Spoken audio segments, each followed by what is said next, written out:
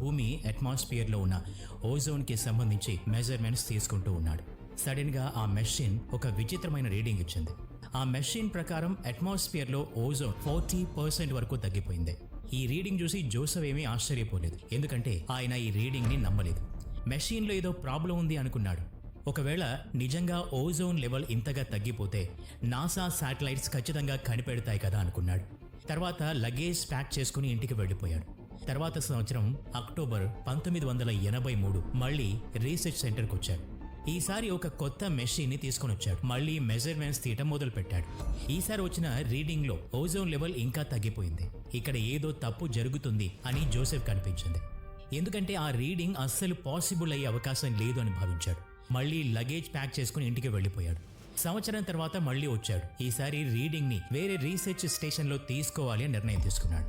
తన research station నుంచి 1000 మైళ్ళ దూరంలో మెషిన్ సెటప్ చేసి మెజర్మెంట్స్ తీసుకున్నాడు. ఓజోన్ లెవెల్ ముందు సంవత్సరం కంటే తక్కువగా ఉన్నట్లు ఆ రీడింగ్ లో తేలింది. ఇది ఒక ఎమర్జెన్సీ సిచ్యువేషన్ అని అప్పుడు అతనికి అర్థమవుతోంది. ప్రూఫ్స్ అన్ని తీసుకుని నాసాకి వెళ్ళాడు. అంటార్కిటికా పైన ఉన్న ఓజోన్ హోల్ గురించి అందరికీ తెలియజేశాడు. అక్కడ ఆశ్చర్యపరిచే విషయం ఏంటంటే ఓజోన్ హోల్ ఇన్క్రీజ్ అవుతూ వస్తుంది. నాసా సైంటిస్టులు దీన్ని గమనించలేదు. శాటిలైట్ డేటాని గమనించినప్పుడు వాటికి ఈ విధమైన ఫొటోస్ కనిపించాయి. 1979లో ఓజోన్ నార్మల్ గా ఉంది. 1981లో కొంచెం బ్లూగా కనిపించింది. 1982లో ఒక ప్రాపర్ హోల్ కనిపించింది. 1983లో హోల్ ఇంకా పెద్దగా అయింది. 1984లో ఆ హోల్ ఇంకా పెరిగిపోయింది. ఈ విషయం గురించి అందరికీ తెలిసిపోయింది. ఇదే విధంగా అట్మాస్ఫియర్ నుంచి ఓజోన్ అంతమవుతూ వస్తోంది. ఇందువల్ల భూమి మీద ఉన్న జీవం ప్రమాదంలో పడుతుంది. ఒకవేళ ఓజోన్ పూర్తిగా అంతమైపోతే జీవం కూడా అంతమైపోతుంది. 2050 కల్లా ఓజోన్ లేయర్ పూర్తిగా అంతమైపోతుంది అని ప్రిడిక్ట్ చేశారు. ఈ రోజు వీడియోలో ఓజోన్ లేయర్ గురించి పూర్తిగా తెలుసుకుందాం. Every October, a hole appears in the ozone layer over the South Pole. The hole in the ozone shield is the size of the continental United States. The protective ozone layer is being threatened as never before. We're all at risk. అందుకని ఈ వీడియోని ఎక్కడా skip చేయకుండా పూర్తిగా చూడండి. మరింకెందుకు ఆలస్యం, let's start for today's episode. Ozone అనేది ఒక గ్యాస్ అని మనందరం స్కూల్లో చదువుకున్నాం. దీని కెమికల్ ఫార్ములా O3 అవుతుంది. Oxygen chemical formula O2. ఒక ఓజోన్ మోలిక్యూల్ 3 ఆక్సిజన్ ఆటమ్స్ కలిపి ఫామ్ అవుతుంది. దాదాపు 600 మిలియన్ సంవత్సరాల ముందు భూమి చుట్టూ ఓజోన్ లేయర్ ఫామ్ అయింది. ఇది భూమి సర్ఫేస్ నుంచి 15 నుంచి 35 కిలోమీటర్ల ఎత్తులో ఉంటుంది. 90% ఓజోన్ ఇదే ఏరియాలో ఉంటుంది. ఎర్త్ సర్ఫేస్ నుంచి 32 కిలోమీటర్ల పైన అత్యంత ఎక్కువగా ఓజోన్ కాన్సంట్రేషన్ ఉంటుంది. ఆ కాన్సంట్రేషన్ 0.0015% గా ఉంది. ఈ నెంబర్ చాలా తక్కువగా అనిపిస్తుంది కదా.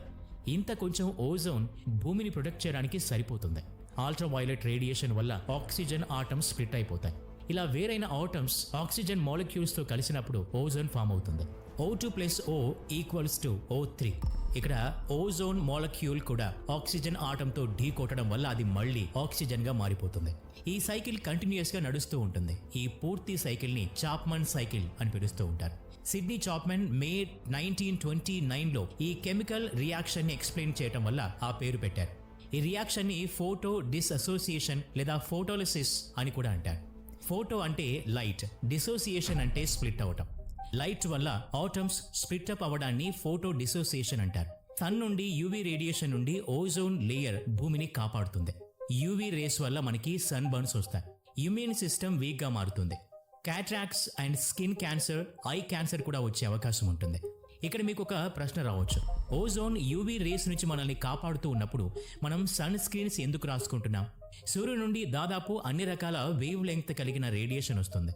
ఎలక్ట్రోమాగ్నెటిక్ స్పెక్ట్రమ్ లో దాదాపు అన్ని రకాల వేవ్స్ సూర్యుడి నుంచి రిలీజ్ అవుతాయి. దీనిలో ఇవ్ rays, X rays, gamma rays ఉంటాయి. ఇవి మన శరీరంలో దూరి డిఎన్ఏని మార్చగలవు. అల్ట్రా వైలెట్ రేంజ్ లో కూడా యూవీ రేస్ కి 3 వేరు కేటగిరీస్ ఉంటాయి. యూవీ ఏ యొక్క వేవ్ లెంగ్త్ 350 నుంచి 400 నానోమీటర్స్ ఉంటుంది. యూవీబీ 280 నుంచి 315 వరకు ఉంటుంది. యూవీసీ 100 నుంచి 280 నానోమీటర్స్ వరకు ఉంటుంది. యూవీసీ అన్నిటికంటే చాలా ప్రమాదకరమైంది. తర్వాత యూవీబీ, యూవీఏ వస్తాయి. Ozone layer X rays, gamma rays, UVC radiation నుంచి భూమిని కాపాడుతుంది. Ozone layer UVB radiation partial గా అబ్జర్వ్ చేస్తుంది. యూవీఏని అస్సలు అబ్జర్వ్ చేసుకోదు. అందుకే సన్ స్క్రీన్స్ అనేవి యూవీఏ మరియు యూవీబీ రేడియేషన్ నుంచి శరీరాన్ని కాపాడుతాయి. యూవీ రేస్ విషయంలో data science major role play చేసింది.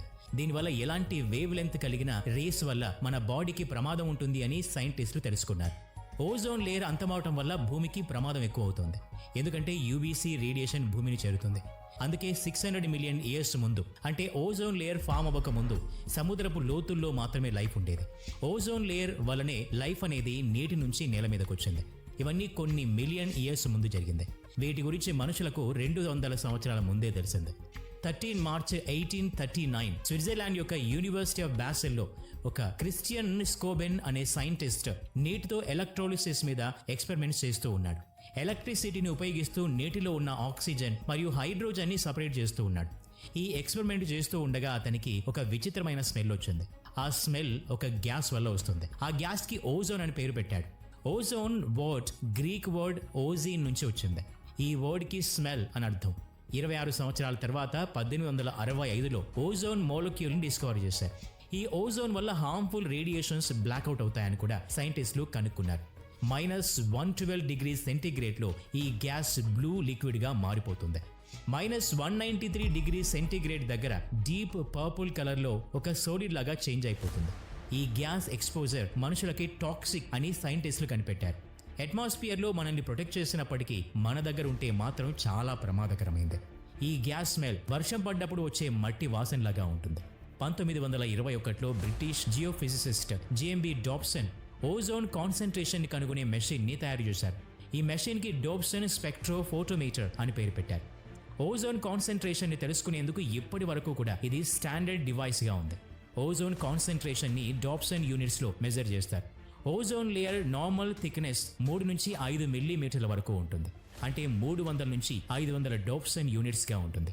డాబ్సన్ మెషిన్ కనిపెట్టిన 8 సంవత్సరాల తర్వాత సిడ్నీ చాప్మన్ ఓజోన్ ఫార్మేషన్ మీద ఈక్వేషన్స్ ఫామ్ చేశాడు మరియు చాప్మన్ సైకిల్ ని ప్రపంచానికి పరిచయం చేశాడు. గ్రౌండ్ లెవెల్ మీద ఉన్న ఓజోన్ మనుషులకి ప్రమాదకరం. దీన్ని బ్యాడ్ ఓజోన్ అంటారు. సైంటిస్ట్ షోన్బెన్ ఓజోన్ మీద పనిచేస్తూ ఉన్నప్పుడు చెస్ట్ పెయిన్ తో సఫర్ అయ్యాడు. ఊపిరి తీసుకోవడం కూడా కష్టమయ్యేది. ఓజనైజ్డ్ ఎన్వైర్న్మెంట్లో నివసించే చిన్న చిన్న యానిమల్స్ చనిపోవడాన్ని కూడా అతను గమనించాడు. ఈ రోజుల్లో ఫాసిల్ ఫ్యూయల్స్ ని ఎక్కువగా వాడటం వల్ల బ్యాడ్ ఓజోన్ క్వాంటిటీ పెరుగుతోంది. ఎక్కువగా కోల్ ని బర్న్ చేయటం, నైట్రోజన్ డయాక్సైడ్ ఫామ్ అవటం వల్ల గ్రౌండ్ లెవెల్లో ఓజోన్ ఫార్మేషన్ జరుగుతుంది. హీట్ మరియు యూవీ రేస్ వల్ల నైట్రోజన్ డయాక్సైడ్ అనేది నైట్రోజన్ ఆక్సైడ్ మరియు ఆక్సిజన్ ఆటం లాగా స్ప్లిట్ అయిపోతుంది. ఈ సపరేట్ అయిన ఆక్సిజన్ ఆటం ఆక్సిజన్ మాలిక్యూల్ తో రియాక్ట్ అయి ఓజోన్ ఫామ్ అవుతుంది. ఇక్కడ నైట్రోజన్ ఆక్సైడ్ తో పాటు బెంజీన్, గ్యాసోలిన్ కంబస్షన్ లాంటివి కూడా ఓజోన్ ఫార్మేషన్ కి కారణం. నిజానికి వెదర్ కండిషన్స్ వల్ల ఓజోన్ ఫార్మేషన్ డిపెండ్ అవుతుంది. వేసవి కాలంలో ఓజోన్ ఎక్కువగా ఫామ్ అవుతుంది. వర్షాకాలంలో హ్యూమిడిటీ ఎక్కువగా ఉండటం వల్ల తక్కువ ఓజోన్ ఫామ్ అవుతుంది. అందుకే ఓజోన్ ని ఎయిర్ పొల్యూటెంట్ గా కూడా చెప్పుకుంటారు. తరచుగా మనం PM2.5, కార్బన్ మోనాక్సైడ్ మరియు నైట్రోజన్ ఆక్సైడ్స్ లాంటి పొల్యూటెంట్స్ మీద ఎక్కువ దృష్టి పెడుతూ ఉంటాం. కానీ ఓజోన్ ని మాత్రం ఇగ్నోర్ చేస్తూ ఉంటాం. ఒకవేళ గ్రౌండ్ లెవెల్లో ఉన్న ఓజోన్ పైకి వెళ్ళి ఓజోన్ హోల్ ని కవర్ చేస్తే మంచిదే కదా అని మనలో చాలా మంది అనుకుంటూ ఉంటాం. కానీ నిజానికి అలా జరగదు. గ్రౌండ్ లెవెల్ ఓజోన్ పైకి వెళ్ళి కలవదు. గ్రౌండ్ లెవెల్లో ఉన్న ఓజోన్ కాన్సంట్రేషన్ చాలా తక్కువగా ఉంటుంది. ఓజోన్ లేయర్ ని ఫామ్ చేయడానికి ఈ కాన్సంట్రేషన్ సరిపోదు. ఓజోన్ హై రియాక్టివ్ గ్యాస్ అవుతుంది. అందువల్ల దీన్ని అట్మాస్ఫియర్ పైకి ట్రాన్స్పోర్ట్ చేయలేం. ఇక్కడ ప్రశ్న ఏంటంటే, మనుషుల వల్ల ఇంత గ్రౌండ్ లెవెల్లో ఇంత ఎక్కువ ఓజోన్ ఫార్మేషన్ జరుగుతోంది కదా, మరి ఓజోన్ హోల్ సమస్య ఎలా వచ్చింది? 1950, 1960లో అంటార్కిటికాలో చాలా రీసెర్చ్ స్టేషన్స్ ఉండేవి. స్పేస్, ఎర్త్ మరియు వెదర్ ని స్టడీ చేయడానికి వీటిని ఏర్పాటు చేశారు. వీటిలో కొన్ని రీసెర్చ్ స్టేషన్స్ ఓజోన్ లేయర్ ని మానిటరింగ్ చేస్తూ ఉన్నాయి. 1961 నుంచి అమెరికాకి చెందిన ఒక రీసెర్చ్ స్టేషన్ ఉంది. ఇక్కడ డాబ్సన్ స్పెక్ట్రోఫోటోమీటర్ మీటర్ ఉంది. ఆగస్టు 1964లో ఓజోన్ కాన్సంట్రేషన్ మెజర్ చేసుకోవడానికి మొదటిసారి శాటిలైట్స్ ని ఉపయోగించారు. నాసాకి చెందిన నింబస్ ప్రోగ్రామ్ వెదర్ శాటిలైట్స్ ఈ పనిచేస్తూ ఉన్నాయి. స్పేస్ క్రాఫ్ట్స్ ఎక్కువగా పంపించడం వల్ల ఓజోన్ లేయర్ మీద ప్రభావం పడుతుందేమో అని నాసా భయపడింది. కానీ అలా జరగలేదు. కానీ క్లోరోఫ్లూరో కార్బన్స్ ఉండే ప్రొడక్ట్స్ ని ఎక్కువగా యూజ్ చేయటం వల్ల ఓజోన్ కి డ్యామేజ్ జరిగింది. జూన్ 1974లో ఒక కాంట్రవర్షియల్ పేపర్ 3 సైంటిస్ట్ ద్వారా పబ్లిష్ అయింది. వాళ్ళకి నోబెల్ ప్రైజ్ కూడా వచ్చింది. ఈ పేపర్లో CFC వల్ల ఓజోన్ ఎలా ఎఫెక్ట్ అవుతుంది అని క్లియర్గా ఉంది. ఓజోన్ లేయర్ని CFCs పూర్తిగా అంతం చేయగలవు. ఎందుకంటే వీటి లైఫ్ స్పాన్ 40 నుంచి 150 సంవత్సరాల వరకు ఉంటుంది.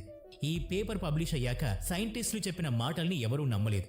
దాంతో సిఎఫ్సీల వాడకం ఎక్కువైంది. సిఎఫ్సీలు భూమి మీద చాలా స్టేబుల్ గా ఉంటాయి, కానీ ఇవి అట్మాస్ఫియర్ లోకి వెళ్లి సన్ రేడియేషన్ ఢీకొట్టినప్పుడు క్లోరిన్ ని రిలీజ్ చేస్తాయి. క్లోరిన్ గ్యాస్ వల్ల డేంజరస్ రియాక్షన్ జరుగుతుంది. క్లోరిన్ గ్యాస్ ఓజోన్ మోలక్యూల్స్ తో రియాక్షన్ జరిపి ఆక్సిజన్ మరియు క్లోరిన్ మోనాక్సైడ్ ని ఫామ్ చేస్తాయి. ఇక్కడ క్లోరిన్ మోనాక్సైడ్ అట్మాస్ఫియర్ లో ఉన్న ఆక్సిజన్ ఆటమ్స్ తో కలిసి ఆక్సిజన్ మరియు క్లోరిన్ ఫామ్ అవుతాయి. ఇదే ప్రాసెస్ కంటిన్యూస్ గా జరుగుతూ ఉంటుంది. ఇది చాలా ప్రమాదకరమైన లూప్ రియాక్షన్. అందువల్ల క్లోరిన్ పెరుగుతూ ఓజోన్ ఎగ్జాస్ట్ అయిపోతుంది. ఒక్క క్లోరిన్ ఆటమ్ కొన్ని వేల ఓజోన్ మాలిక్యూల్స్ ని అంతం చేయగలదు. సిఎఫ్సీస్ వాడకం తగ్గకుండా ఇదే ప్రాసెస్ కంటిన్యూస్ గా జరిగితే 2099 కల్లా ఓజోన్ లేయర్ 2 నుంచి 4% డిస్ట్రాయ్ అయిపోతుంది. వీడియో మొదట్లో మాట్లాడుకున్న జోసెఫ్ ఫార్మాన్ స్టోరీ గురించి ఇప్పుడు తెలుసుకుందాం. అంటార్కిటికా రీసెర్చ్ స్టేషన్ లో ఉన్న జోసెఫ్ ఫార్మాన్ ప్రతి సంవత్సరం అట్మాస్ఫియర్ లో ఉన్న ఓజోన్ కాన్సంట్రేషన్ ని చెక్ చేస్తూ ఉండేవాడు. 1982లో తీసుకున్న రీడింగ్ లో అంటార్కిటికా పైన 40% ఓజోన్ లేయర్ అంతమైందని తెలిసిందే. ఈ రీడింగ్ ఎందుకు అన్బిలీవబుల్ గా ఉంది అంటే కేవలం 2 నుంచి 3% ఓజోన్ లేయర్ అంతమవుతుంది అని సైంటిస్టులు అంచనా వేశారు.